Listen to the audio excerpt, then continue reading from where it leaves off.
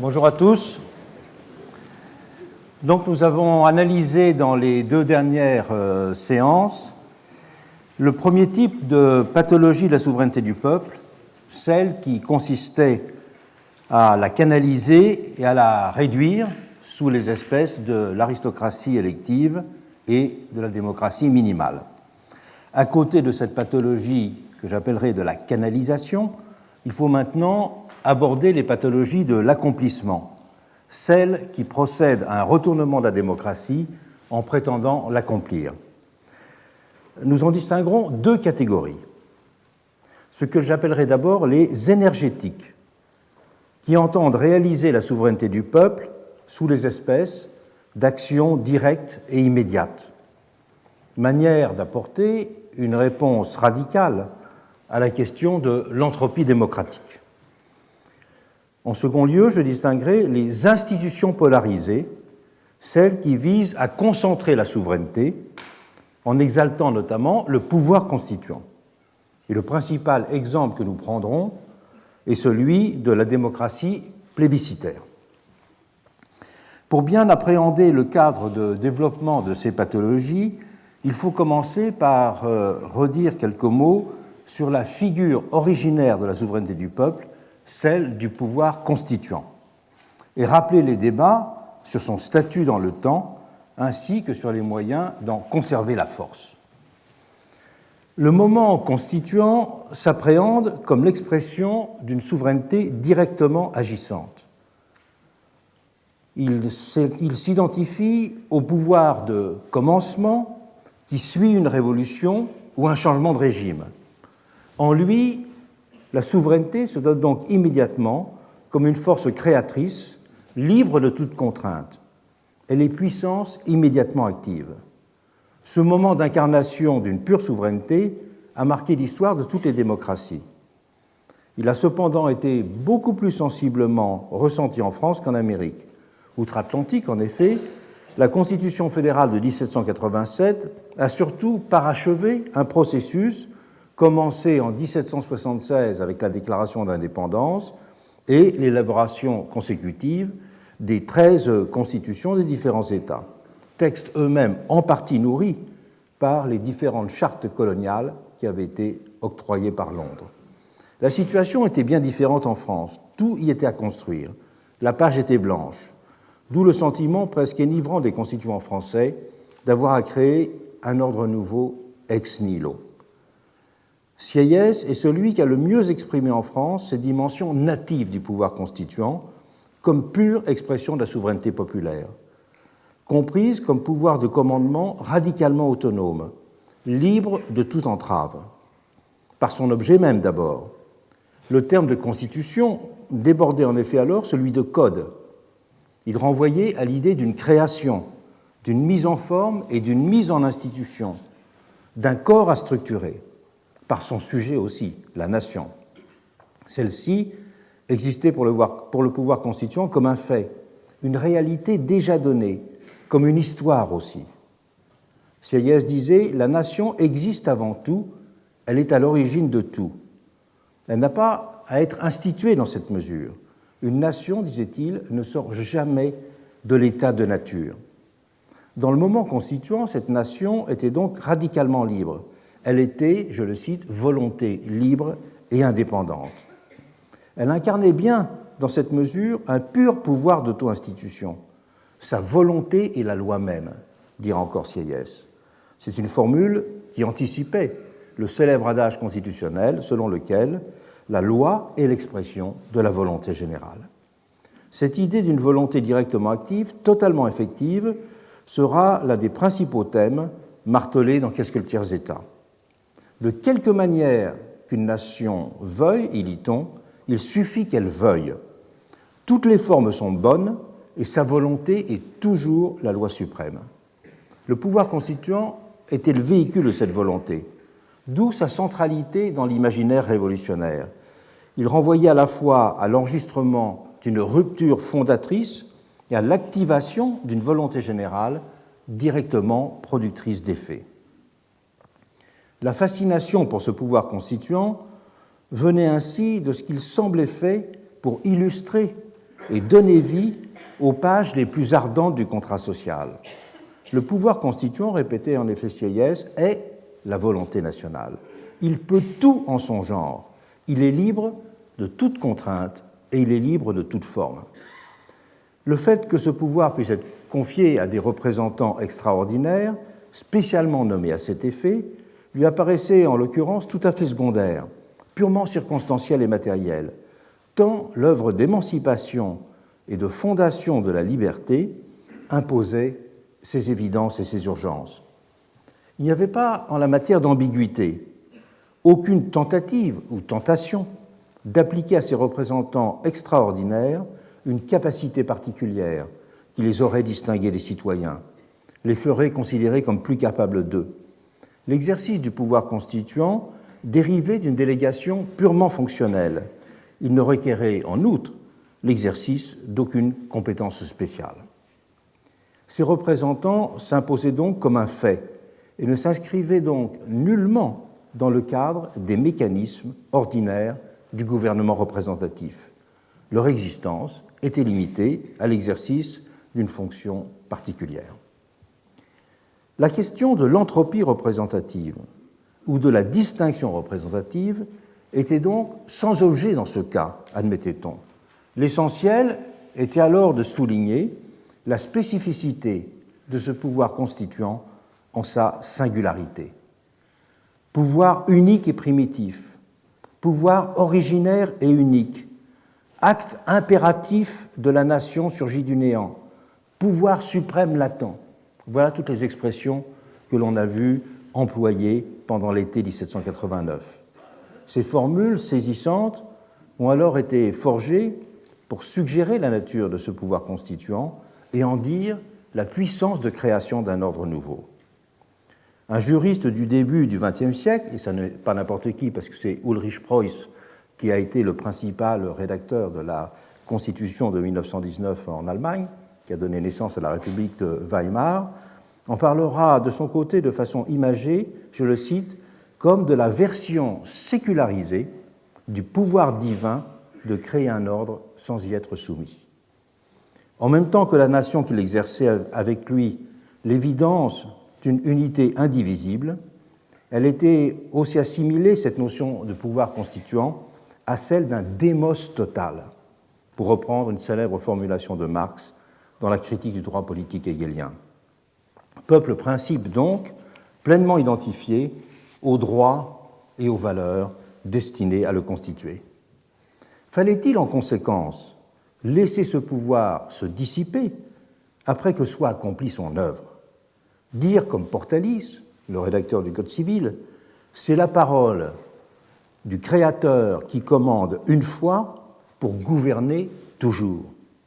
C'est sa main toute puissante qui se repose pour laisser agir les causes secondes après avoir donné le mouvement de la vie à tout ce qui existe.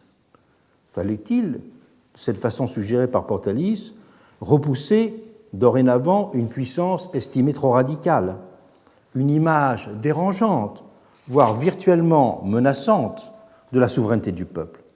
Ou bien fallait-il, à l'inverse, trouver le moyen d'en réactualiser la force, d'en faire revivre la capacité d'être volonté directement en acte? La question sera fort débattue au début de la Révolution française, notamment lors du débat qu'on a appelé de révision de la Constitution à l'été 1791. Cette discussion était insérée dans l'interrogation plus large de l'époque sur les moyens de concilier système représentatif et souveraineté du peuple. Bref, de résoudre l'aporie structurante de la question de la représentation.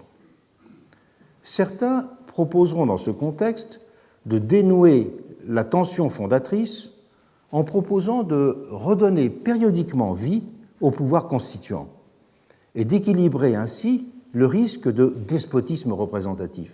C'est une expression qui est alors très fréquente à l'époque, que celle de despotisme représentatif. Despotisme inhérent au fonctionnement des pouvoirs constitués. Et Condorcet sera l'un des plus ardents défenseurs de cette façon d'entendre résoudre le dilemme constitutionnel moderne.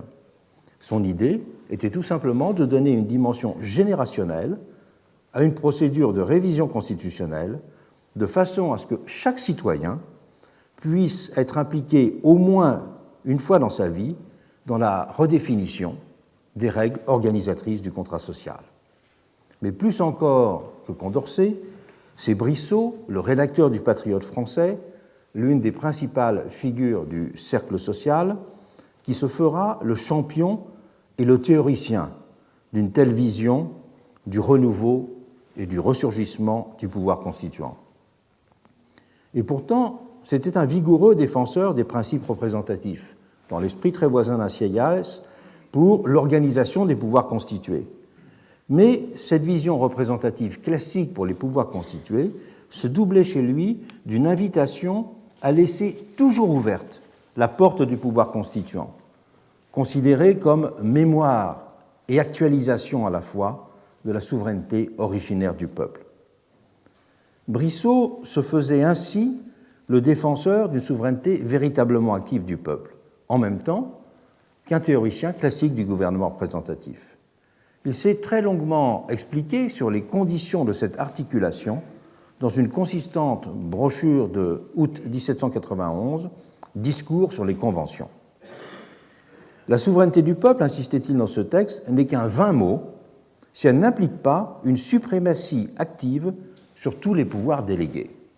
Et Brissot empruntait là les formules les plus radicales des districts parisiens pour dénoncer, je le cite, l'artifice des tartuffes politiques, de ceux qui trompent le peuple en permanence.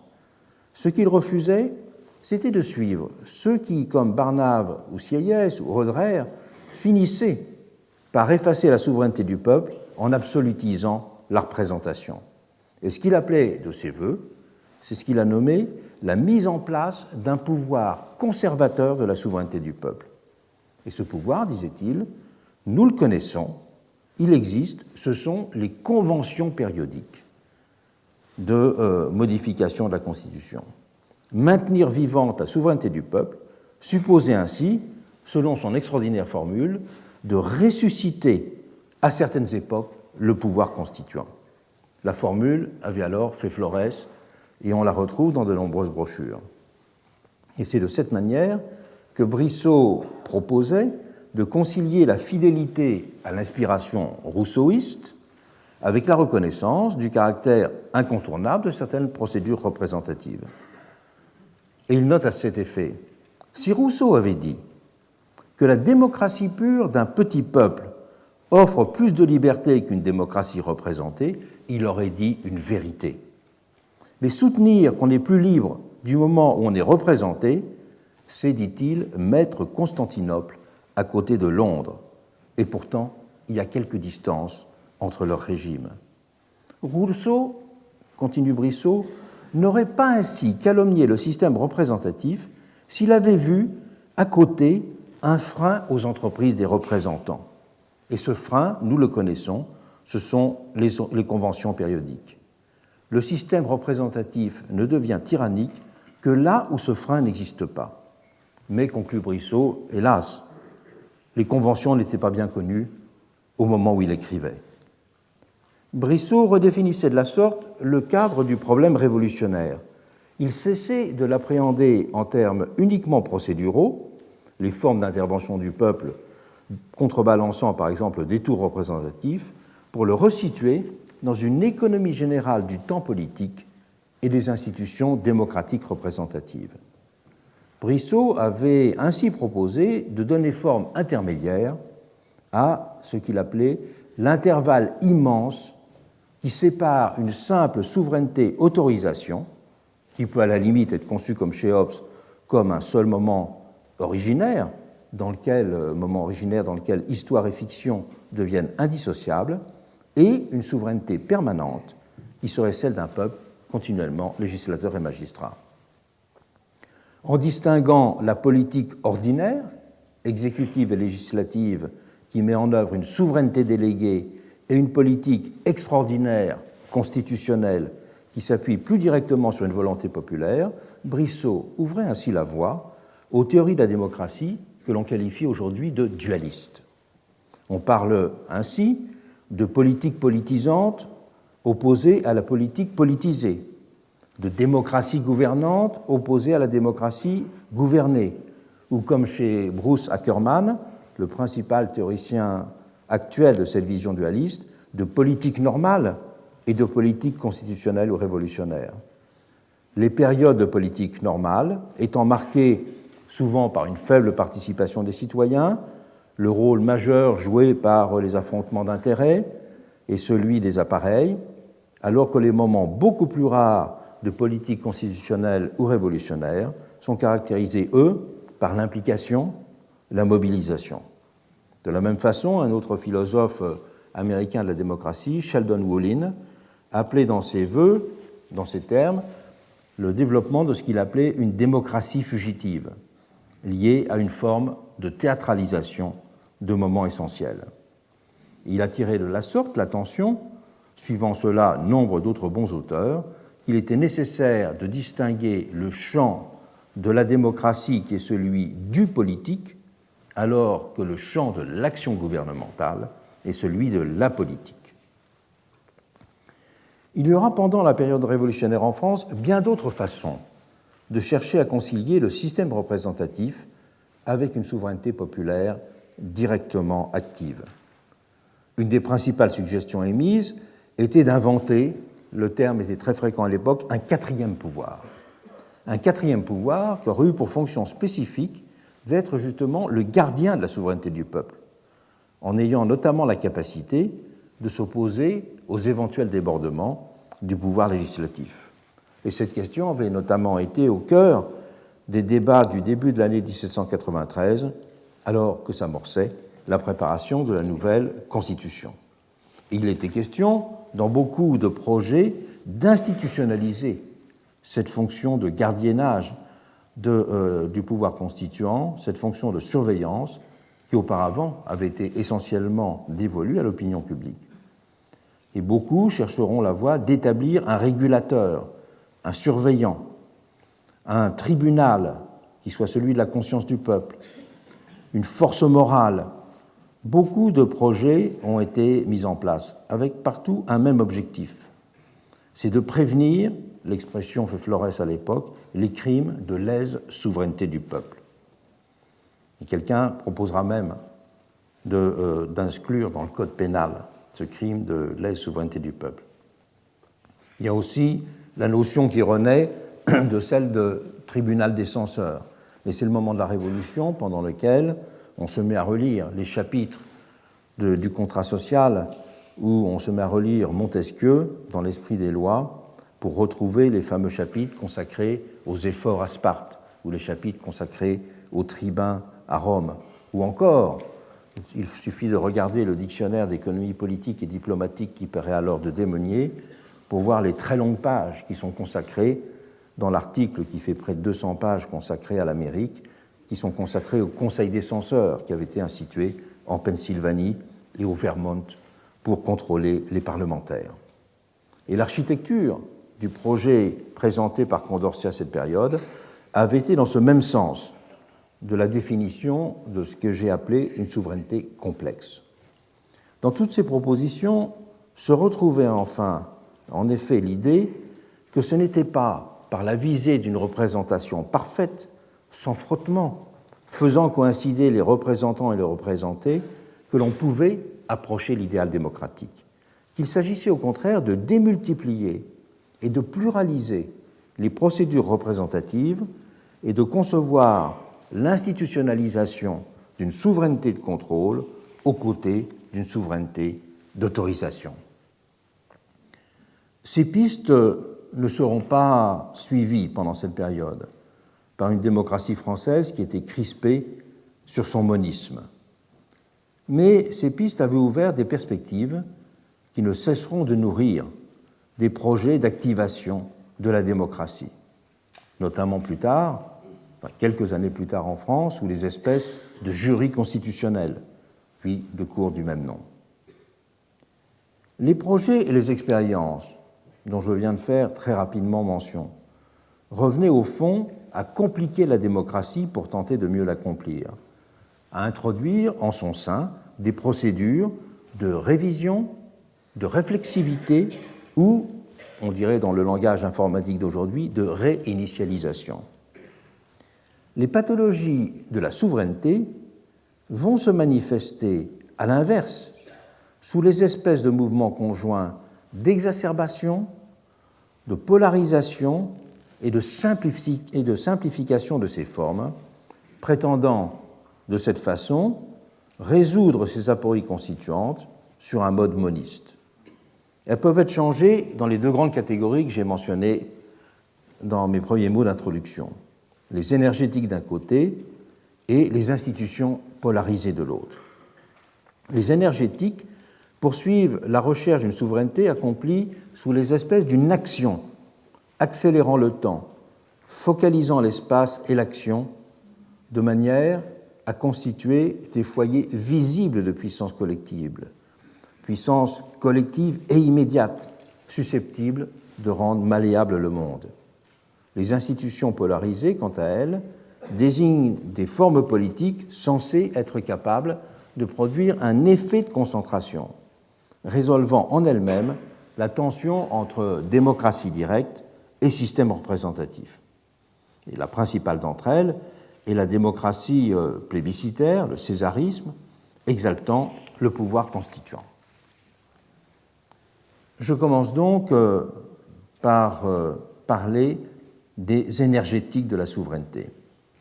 J'appelle énergétiques les philosophies politiques et les pratiques qui entendent construire une démocratie désinstitutionnalisée, partant de l'idée que toute institutionnalisation est déjà une forme de trahison, de dégradation de l'énergie démocratique. Et elles ont retrouvé à leur façon, ces énergétiques, tout un ensemble d'aspirations et de pratiques révolutionnaires des origines. J'en distinguerai trois figures. D'abord, ce que j'appellerai l'esthétique mouvementiste, qui est bien illustrée par le futurisme italien. En deuxième lieu, la culture de l'insurrection, dont le blanquisme est l'idéal type. Et en troisième lieu, les différentes modalités de justification du pouvoir sans forme, reprenant le concept de Sieyès, avec différentes figures, la dictature du prolétariat, le droit politique nazi et la souveraineté activiste. Commençons par la première figure des énergétiques de la souveraineté, le futurisme. Le manifeste du futurisme, qui est ironiquement publié par Marinetti en 1909 en France dans Le Figaro, proposait, je le cite, de délivrer l'Italie de sa gangrène de professeurs, de Cicérone et d'antiquaires. Et il voyait dans la muséification du pays, déjà très avancée, sa réduction à un immense cimetière, symbole de l'engloutissement des vivants par les morts dans le pays. Le manifeste futuriste, qualifié aussi de manifeste de violence culbutante et incendiaire, a exprimé de façon exemplaire l'idéal d'une reconquête de la maîtrise du monde. On peut en citer les extraits pour prendre la mesure des modalités suggérées pour opérer cette reconquête, ainsi que l'esprit dans lequel il était proposé de l'accomplir. Nous voulons, dit le manifeste, chanter l'amour du danger, l'habitude de l'énergie et de la témérité. Les éléments essentiels de notre poésie seront le courage, l'audace et la révolte. Nous voulons exalter le mouvement agressif, l'insomnie fiévreuse, le pas gymnastique, le saut périlleux, la gifle et le coup de poing. Nous déclarons que la splendeur du monde s'est enrichie d'une beauté nouvelle, la beauté de la vitesse. Une automobile de course, avec son coffre orné de gros tuyaux, tels des serpents à la laine explosive, une automobile rugissante qui a l'air de courir sur la mitraille, est plus belle que la victoire de Samothrace. Nous voulons chanter aussi l'homme qui tient le volant de ce véhicule et dont la tige idéale traverse la Terre, lancée elle-même sur le circuit de son orbite. Il n'y a plus de beauté que dans la lutte, continuait le manifeste.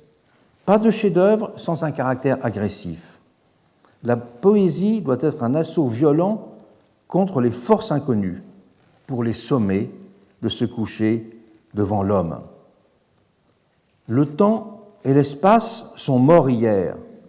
Nous vivons déjà dans l'absolu, puisque nous avons déjà créé l'éternelle vitesse omniprésente.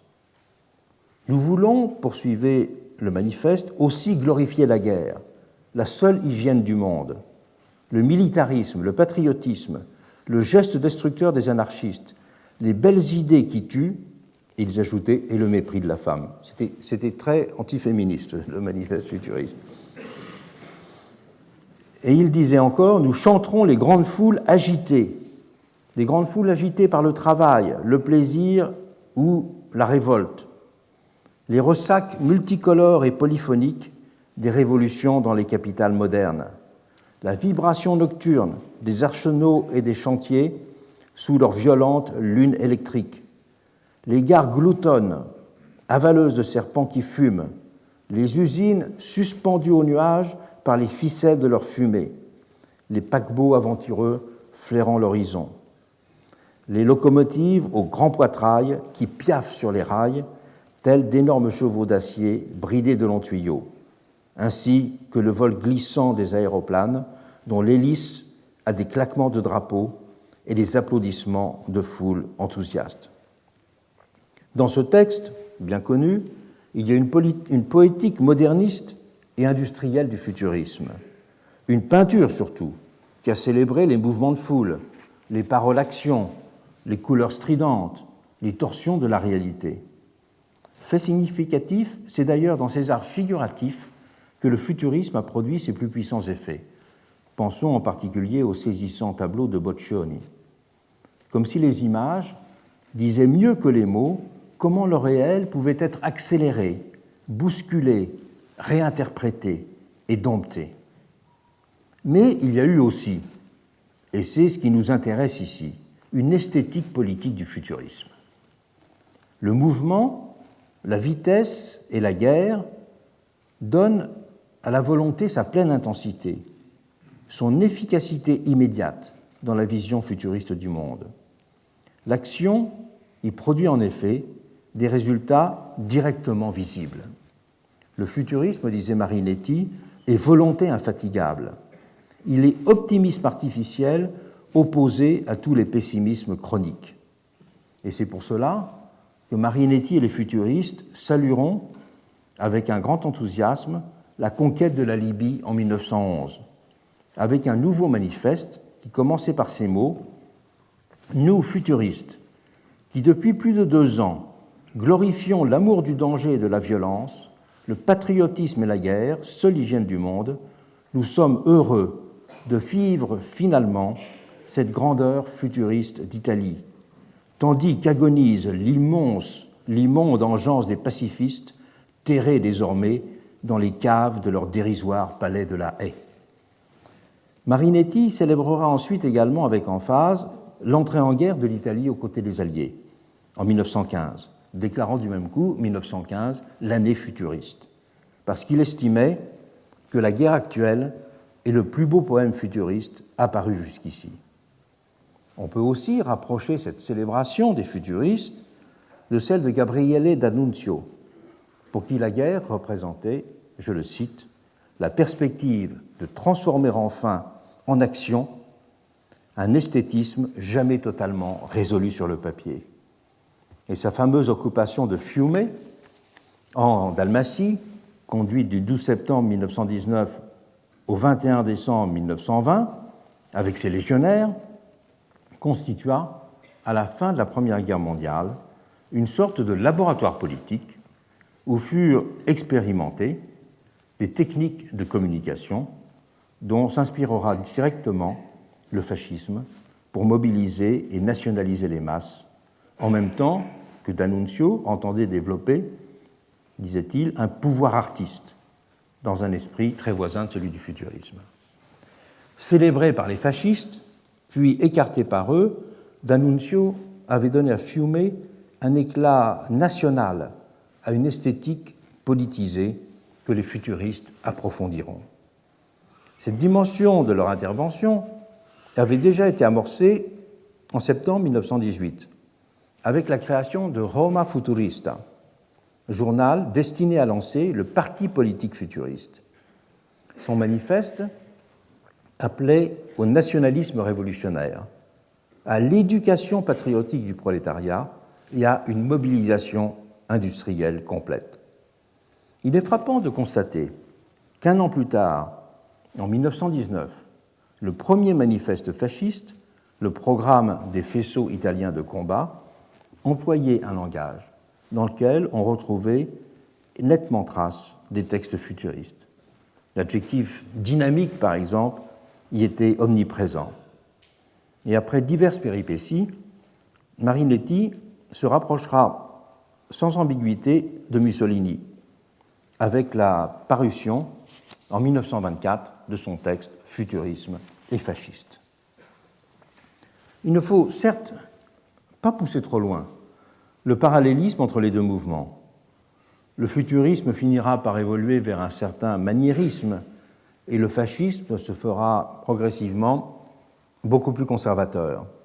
Mais avec son vitalisme, le futurisme a cependant bien indiqué la voie d'une énergétique mouvementiste et militariste, capable d'incarner une volonté à laquelle les politiciens professionnels étaient accusés d'avoir renoncé. Les mots de vitesse et de mobilisation en résumeront pour cela l'esprit. Mais c'était aussi célébrer par avance l'action des chemises noires, pour lesquelles la brutalité devait justement être considérée comme la métaphore d'une souveraineté active du peuple, d'une effectivité immédiate de la volonté. Avec les sections d'assaut nazies, elles ont fait écho à l'exaltation futuriste. Je recite ce passage du manifeste, du mouvement agressif, de la gifle et du coup de poing. Un deuxième type d'énergétique de la souveraineté, c'est ce que j'appellerais la culture de l'insurrection. Pendant la Révolution française, l'insurrection avait été considérée, on le sait, comme, je cite, le plus saint des devoirs. Elle renvoyait en effet à l'idée d'un peuple vigilant, qui était prêt à se mobiliser, à descendre dans la rue, si les institutions républicaines étaient en danger, et qui était prompt à se ressaisir de sa souveraineté originaire si celle-ci menaçait d'être confisquée, qui était déterminé à se rassembler et à agir pour imposer le retour à l'ordre démocratique. Au XIXe siècle, cette culture de l'insurrection avait pris à plusieurs reprises le visage des révolutions de 1830, de 1848, ou aussi des actions très importantes de l'année 1832, prenant à ce moment-là le visage de ce que Hugo avait appelé, dans Les Misérables, une insurrection-résurrection, qui traduisait le sursaut moral et l'action décidée d'un peuple qui n'en pouvait plus et qui ouvrait la voie à une révolution débouchant elle-même sur un changement de régime. L'insurrection avait alors été le seul moyen de prendre la parole et d'imposer la volonté d'une société bâillonnée par le suffrage censitaire. Le suffrage universel, en avait conclu Hugo dans une formule célèbre, le suffrage universel a cela d'admirable qu'il dissout l'émeute en son principe et qu'en donnant le vote à l'insurrection, il lui ôte l'arme. Et l'on sait l'importance qu'aura dans l'imagerie populaire de la période l'opposition de l'urne et du fusil. Il traduira la telle perception partagée d'une économie de la souveraineté et de l'action politique. Mais à côté de cette conception que l'on pourrait qualifier d'instrumentale de l'insurrection, c'est aussi un type d'anthropologie politique qu'elle a renvoyé. Elle constituait, en effet, aux yeux de ses acteurs, une véritable forme politique et sociale, pleinement positive en elle-même. Avec elle, s'exprimait dans l'insurrection une morale de l'engagement, s'affirmait une libre souveraineté de l'individu, en même temps qu'une force collective.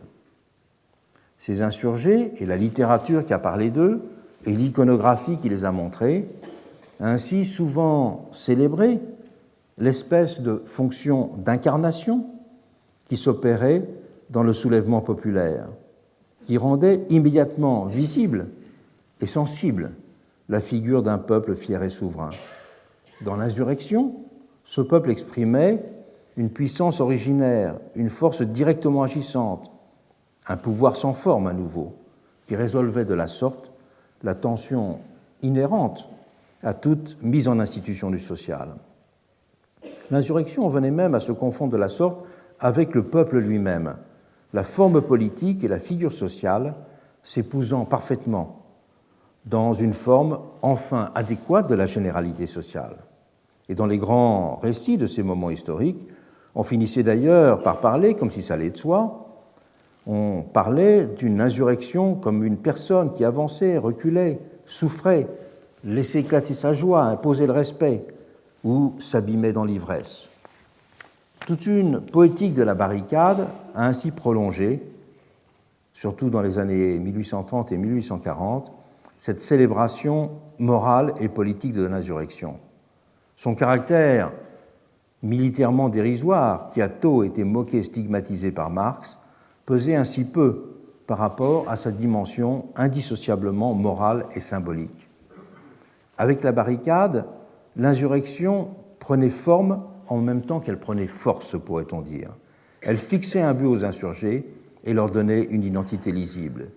Elle s'imposait enfin comme une sorte de puissance morale érigée dans la ville sous les espèces d'une protestation matérielle. Mais l'insurrection a aussi été comprise beaucoup plus radicalement par certains, comme la seule et indépassable réalisation de l'idée de souveraineté du peuple. Et c'est Blanqui qui a érigé cette philosophie politique de l'insurrection en vérité d'un idéal d'émancipation démocratique. Pour lui, l'insurrection n'était pas simplement un moyen, une forme d'action parmi d'autres. Elle constituait en elle-même, selon son extraordinaire formule, un acte foudroyant de souveraineté.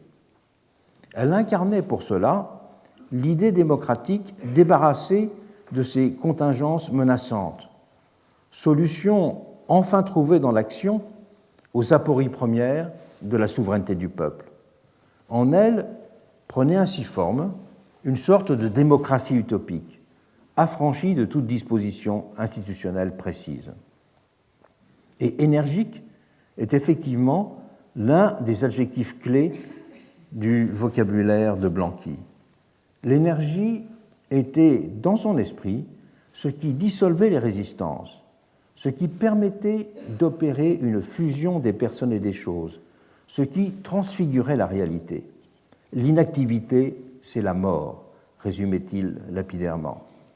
L'objectif n'était donc pas seulement pour lui de prôner des ruptures contre ceux qui étaient les adeptes de demi-mesures. Son propos n'était pas d'opposer la radicalité d'un processus révolutionnaire aux illusions des pratiques réformistes. Il s'agissait d'abord et avant tout de placer une véritable énergétique au fondement même de la politique. Et le moyen et la fin se superposaient parfaitement dans l'action conçue de la sorte. La politique était dans ce cas directement une force de vie et une puissance créatrice qui abolissait en son principe la distance mortelle entre les intentions et la réalité. Elle se signifiait elle-même directement, pourrait-on dire, en paraphrasant un texte célèbre de Marx dans la critique du droit politique hegelien. Plus, la voie des armes était dans cette perspective la seule qui accomplissait pleinement la volonté. En elle, par cette voie des armes, se résorbait en effet tout écart destructeur entre les mots et les choses. Elle était un accord parfaitement réalisé de la puissance et de la parole. En présence des prolétaires armés, résumait Blanqui, obstacles, résistance, impossibilité, tout disparaît. Derrière l'énergétique de Blanqui c'est la perspective d'une désinstitutionnalisation radicale de la politique qui était célébrée. Il retrouverait là les intuitions d'un Sade et les impatiences d'un Hébert. L'insurrection, écrivait en effet déjà l'auteur de la philosophie dans le boudoir, doit être l'état permanent d'une république. Cette plate bouffonnerie qu'on appelle si pompeusement nos institutions, nous n'en avons guère souci, dira en écho Blanqui. Poursuivant, nous qui sommes profondément indifférents à la forme et qui allons droit au fond de la société. La politique n'existait donc pour lui que comme engagement dans une action qui était sa propre finalité. Il était là exactement aux antipodes d'un Lamartine. Lamartine opposait les deux républiques de 1792 et de 1848.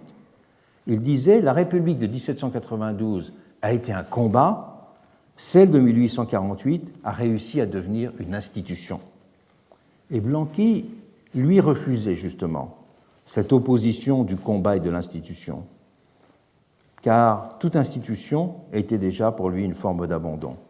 Il voulait plutôt, lui, renouer avec l'état des hébertistes de 1794.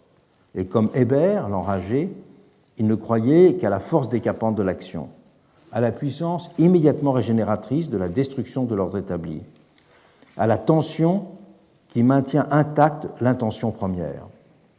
Et le système représentatif était intrinsèquement critiquable à ses yeux, car il ne pouvait échapper aux pesanteurs et aux contradictions qui le fondent. Blanqui a aussi été, d'ailleurs, le premier à employer le terme de foire pour qualifier la duperie électorale, en même temps que reviennent constamment sous sa plume les expressions de bétail ou de troupeau pour décrire la masse des électeurs manipulés, et on sait qu'il avait plaidé pour repousser sine die les élections en 1848. Et le système représentatif, disait-il, n'est qu'un fétichisme qui coûte cher au peuple. Le but était pour lui ainsi absorbé dans les moyens. Seul comptaient ces derniers. Aussi ne s'intéressait-il ni aux utopies, ni aux programmes. Le pouvoir créateur d'un monde nouveau ne leur était lié en rien à ses yeux. Ce pouvoir créateur, il résidait tout entier dans le processus même de la subversion révolutionnaire. Et les quelques milliers d'individus qui ont participé aux diverses sociétés secrètes dont il était l'instigateur ont d'ailleurs presque tous, à l'exception de Tridon, qui a écrit un certain nombre d'ouvrages célèbres, dont un ouvrage sur les hébertistes, justement, qui sera un ouvrage culte du mouvement boulangiste aussi, ils ont tous été, pour l'essentiel, des hommes de terrain, envoûtés par le côté militaire et clandestin des entreprises projetées. C'est d'ailleurs aussi ce qui a expliqué l'éclatement de la famille blanquiste après la disparition de son chef. Le goût du coup de main les a conduits aussi bien à l'extrême droite que dans les milieux anarchistes et libertaires, avec toujours en arrière-plan le mépris d'un peuple réel estimé incapable et l'appel à une dictature révolutionnaire seule susceptible de fonder la politique. Comme Barbès, il pensait que ce qui compte, ce n'est pas, je le cite, la souveraineté du but, ce n'est pas la souveraineté du peuple, pardon, mais la souveraineté du but. Il fallait donc nécessairement pour lui qu'il existe un peuple considéré comme avachi. Il emploie même l'expression « une tourbe d'esclaves et d'abrutis », pour que la vigueur des maîtres révolutionnaires prenne tout son relief et affirme son énergique souveraineté dans une division assumée des tâches et des existences. Il n'y a de vrais révolutionnaires, disait Blanqui, que les instituteurs du peuple. Et la réalisation de la souveraineté du peuple impliquait donc que ces guides créent le peuple nouveau adapté en cette tâche pour résoudre ce qu'il appelait les énigmes du sphinx social.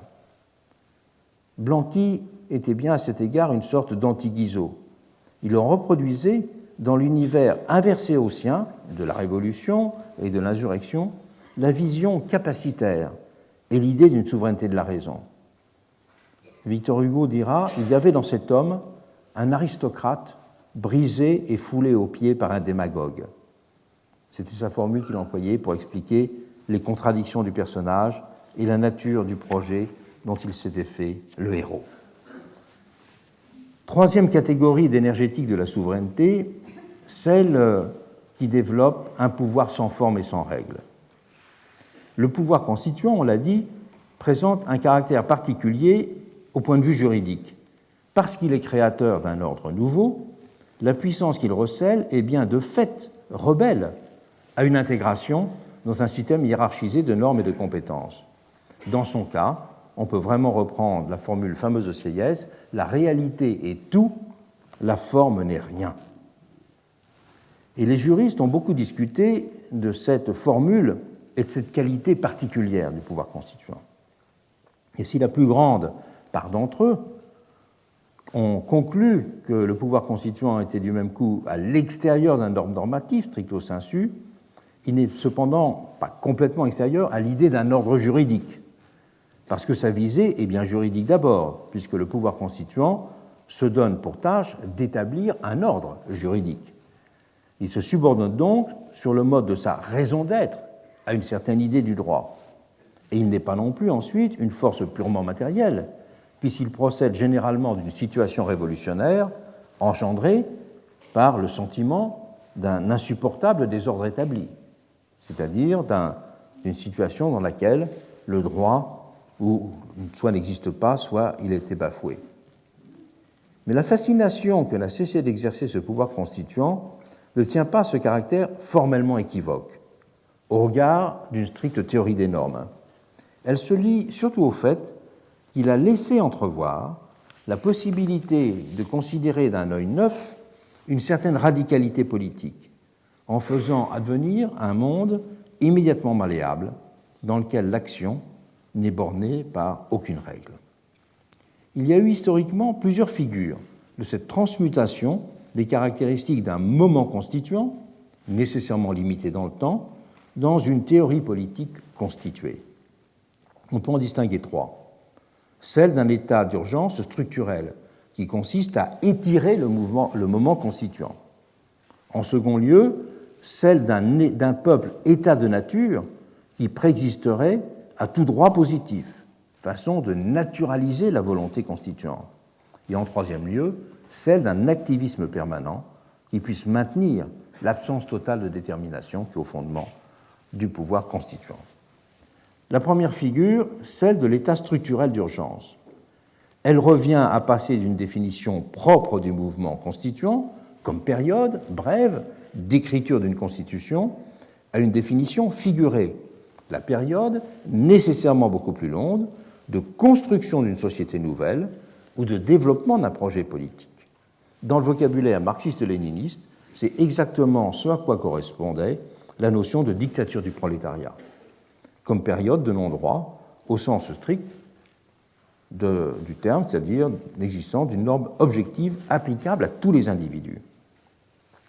Appréhendé au regard de son caractère antéjuridique, le pouvoir constituant est en effet assimilable à des situations d'état de siège, d'état d'urgence ou de loi martiale qui se traduisent par la suspension de certains droits et la concentration de pouvoirs extraordinaires entre les mains de l'exécutif. La dictature du prolétariat, écrivait ainsi Lénine dans l'État et la Révolution, est la domination du prolétariat sur la bourgeoisie, domination qui n'est pas limitée par la loi, qui s'appuie sur la violence et jouit de la sympathie et du soutien des masses laborieuses et exploitées. Domination qui n'était pas limitée dans le temps, puisque son exercice s'imposait de façon continue pour mener la révolution prolétarienne jusqu'à la victoire complète et définitive du socialisme. Selon le mot de Lénine, la transition du capitalisme au communisme, c'est toute une époque historique. Donc ce n'est pas simplement un moment de préparation de textes organisant la vie commune. Une époque historique nécessairement inscrite donc dans la longue durée. C'est, dit-il encore, la guerre la plus héroïque et la plus implacable de la nouvelle classe contre un ennemi plus puissant, contre la bourgeoisie, dont la résistance est décuplée du fait de son renversement. C'est une lutte opiniâtre, sanglante et non sanglante, violente et pacifique, militaire et économique, pédagogique et administrative, contre les forces et les traditions de la vieille société. Ce sont des formules empruntées à la maladie infantile du communisme. d'où le violent emportement du pouvoir soviétique contre Kautsky. Kautsky qui critiquait la révolution soviétique en rappelant la nécessité de défendre les valeurs démocratiques. Lénine puis Staline lui répondront de façon cinglante sur ce point. La dictature du prolétariat, dira Lénine à Kautsky, dans un fameux texte sur la révolution prolétarienne et le renégat Kautsky, tome 28 des œuvres complètes, la dictature du prolétariat ne peut être la démocratie intégrale, la démocratie pour tous, et pour les riches et pour les pauvres. La dictature du prolétariat doit être un État démocratique d'une manière nouvelle pour les prolétaires, mais dictatorial d'une manière nouvelle contre la bourgeoisie. Sous la dictature du prolétariat, la démocratie est une démocratie prolétarienne, celle de la majorité exploitée, basée sur la limitation des droits de la minorité exploiteuse et dirigée contre cette minorité. C'est une formule de Staline dans les principes du léninisme. Tant que le communisme n'est pas constitué, le pouvoir du prolétariat restait donc d'ordre constituant et n'était pour cela soumis à aucune règle que celle de sa conservation et de son développement. C'était là une façon radicalement extensive de comprendre la notion de pouvoir sans forme de Sieyès comme forme la plus juste de la souveraineté du peuple. La deuxième figure d'une souveraineté extraordinaire est celle de l'État nazi, dont Carl Schmitt fut l'un des principaux théoriciens. Nous avons déjà croisé son œuvre. Dans le chapitre sur le pouvoir constituant de sa théorie de la Constitution, la Verfassungslehre, il notait, je le cite, « Une constitution ne repose pas sur une norme dont la justesse serait la raison de sa validité. Elle repose sur une décision politique, émanant d'un être politique sur le genre et la forme de son propre être. » Le moment constituant était donc pour Schmitt celui du déploiement d'une volonté politique, dont l'objet premier était de donner consistance au sujet politique qu'est le peuple et non pas à la production de règles. Schmitt, qui lui avait beaucoup lu et médité Sieyès, considérait ce peuple, comme la nation chez le Français, comme étant dans l'état de nature. Tant qu'un peuple a la volonté d'exister politiquement, disait Schmitt, il était au-dessus de toute institutionnalisation et de toute normation. Le peuple existe en tant que puissance non organisée, et c'est pour cela qu'il ne peut pas non plus être dissous. Le peuple est donc dans la nature, le peuple n'est pas constitué comme une communauté politique. Mais la nature raciale de ce peuple entraînait une conséquence majeure pour lui, l'existence d'une dualité juridique fondamentale. À côté du droit libéral, normatif, positif, devait en effet subsister, et c'était pour lui l'essentiel, une notion politique de la loi. Cette dernière était volonté politique concrète, c'est-à-dire elle était, je le cite, un être politique concret. Et le pouvoir constituant devait rester de cette façon, toujours vivant, pour veiller à la juste consistance du peuple. Qu'il le fasse sous cette dénomination ou sous une autre. Il y a toujours la présence nécessaire d'un pouvoir sans forme et sans règle pour maintenir le peuple en son intégrité et en sa pureté. C'est ce qui définissait la supériorité du droit naturel du peuple, surtout le droit positif, dans la théorie nazie du droit. Peut, en troisième lieu, être distingué ce que j'appellerais une souveraineté activiste. Là, ce sont les réflexions d'Antonio Negri dans son essai sur les alternatives de la modernité qui en ont dessiné le plus clairement les contours. Parler du pouvoir constituant, écrit-il, c'est parler de démocratie. Ainsi commence son ouvrage, dont les formulations de Sieyès ont là aussi nourri le ressort conceptuel. La vraie démocratie est ainsi pour Negri la forme politique qui ne se fiche jamais en pouvoir constitué. Elle est donc assimilée au mouvement même de la Révolution. Chez lui, démocratie égale pouvoir constituant égale révolution. Son pouvoir constituant n'est donc pas celui de la science juridique, qui est borné à un pouvoir source, à une sorte d'étape préalable de la constitution d'une politique qui serait ensuite normale. Toutes ces caractéristiques sont réinvesties, remobilisées dans une pragmatique politique.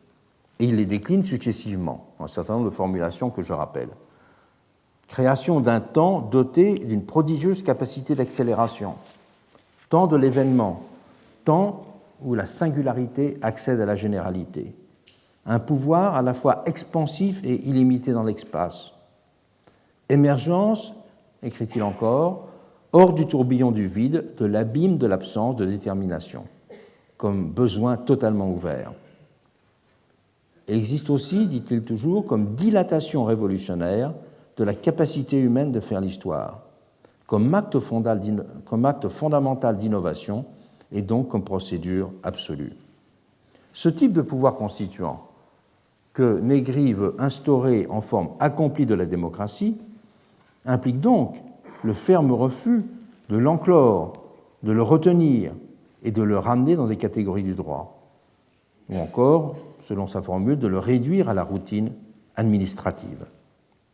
Et c'est pour cela qu'il appelle dans ce livre à écarter vigoureusement, je le cite, toute philosophie qui débouche, même héroïquement, sur des conclusions institutionnalistes.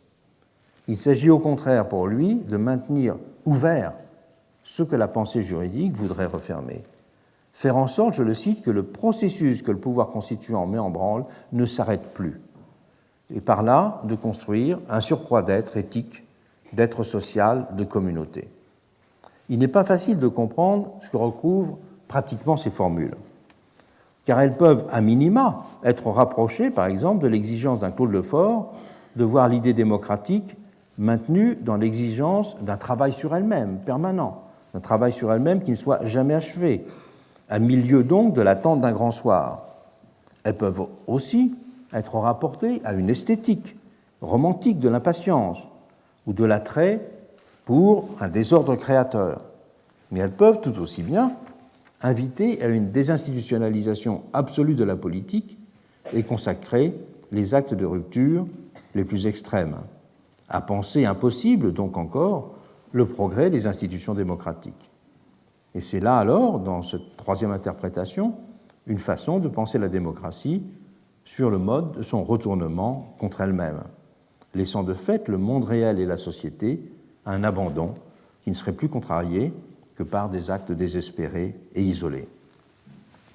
Ces différentes pathologies de la souveraineté que j'ai rangées sur la catégorie d'énergétique ont ainsi tout en commun de conduire à faire régresser la démocratie, voire même de la faire disparaître dans certains cas, en prétendant l'enrichir et l'accomplir. Mais il y a d'autres pathologies de la souveraineté qu'il faut ensuite analyser, c'est celles qui voudront la consacrer sous des formes institutionnelles nouvelles, formes institutionnelles qui, en France et en Allemagne, prendra le nom de démocratie plébiscitaire, et c'est ce que nous analyserons tout à l'heure.